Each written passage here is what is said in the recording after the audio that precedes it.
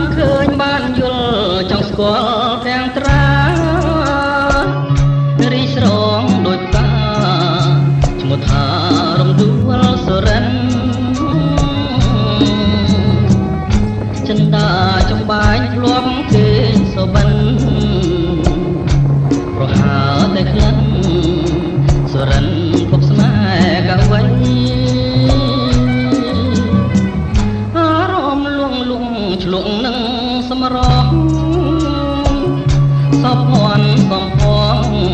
តស្រងគួរឲ្យបែតតី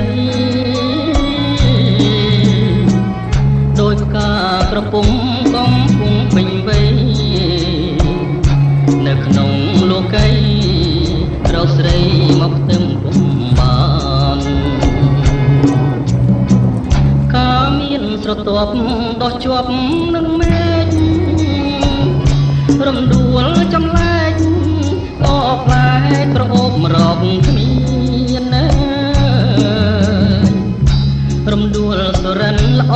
ហួងក្តីស្មានប្រសិនបែប